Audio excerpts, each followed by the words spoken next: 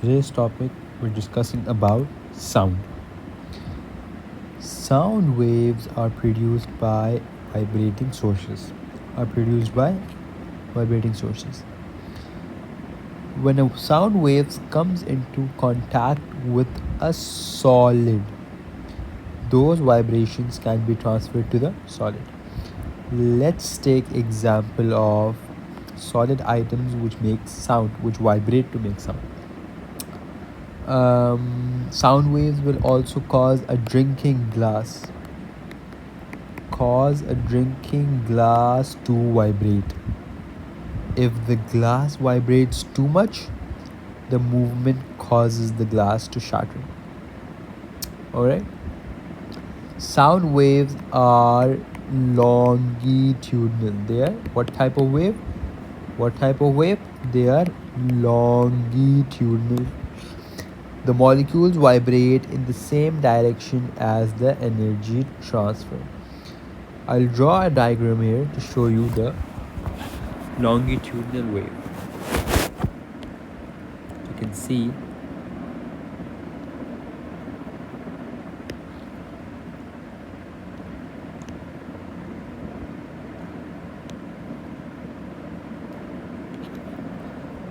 I'm drawing a longitudinal wave.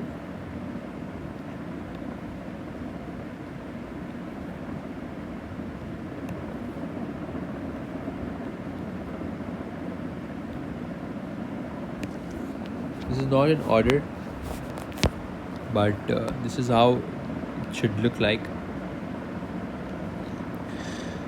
And at the same time of the energy transfer,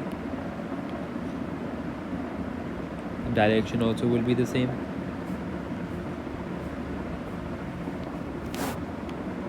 So in this case, these are the direction of vibration. These are the direction of vibration. Okay? And in the same direction, this is the direction of energy transfer.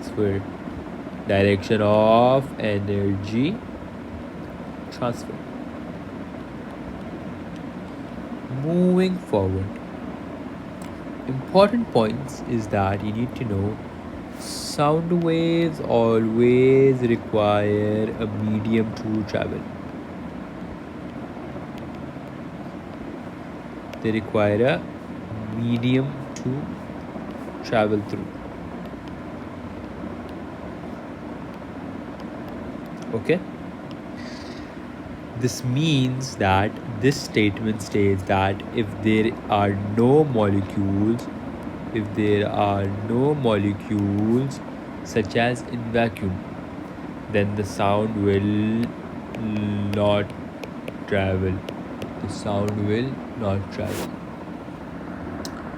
We're talking about two things in sound waves, which are compression and rarefaction.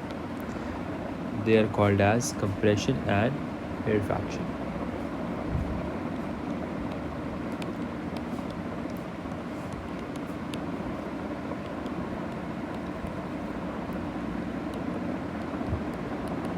Okay? What is compression and rarefaction? One thing is similar in these two are that they both are found in longitudinal waves. Longitudinal waves consist of compression and rarefaction. When we talk about compression, it is a region of high density.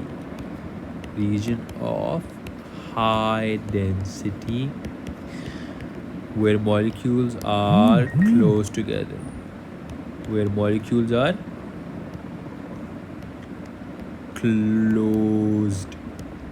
Close together.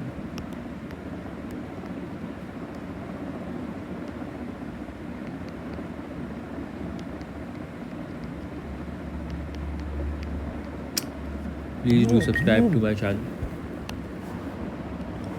and please press the bell icon for more notifications. Talking about rarefaction. Rarefaction is the completely opposite of compression. In compression, we had high density. In rarefaction, we have low density. We have low density. Is a region of low density where molecules are spread out. Where molecules are spread out. Okay. So, having said that, I'm going to show you a diagram of compression and rarefaction.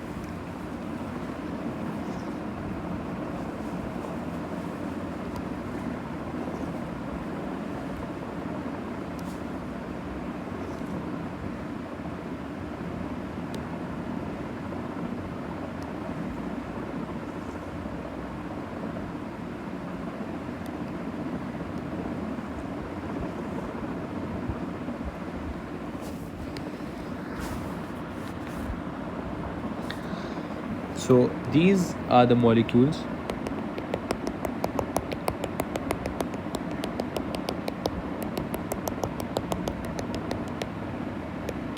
If you can see here, I'll do it with a different color so it's easier to identify.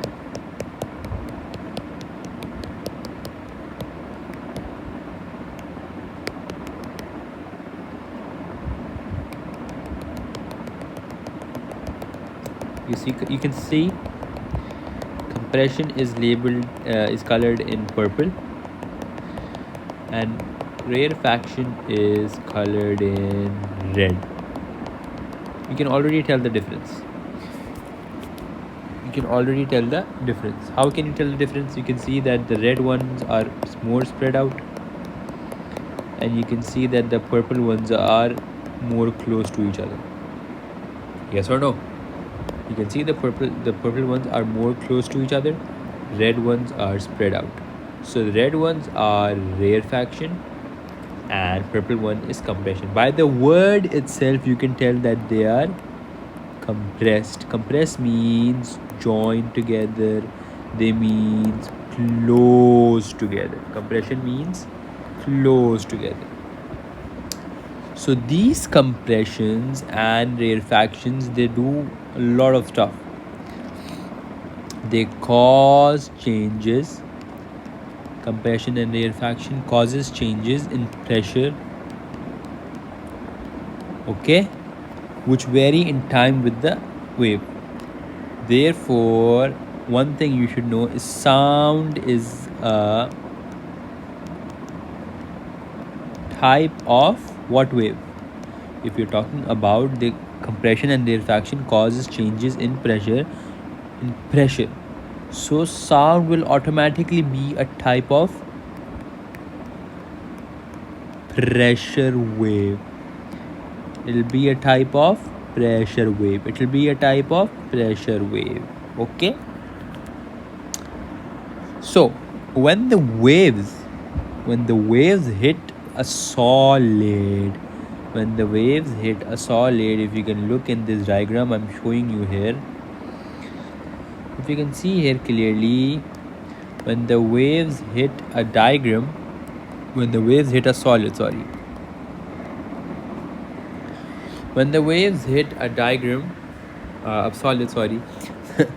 the vibration in the pressure causes the surface of the solid to vibrate while syncing with the sound wave.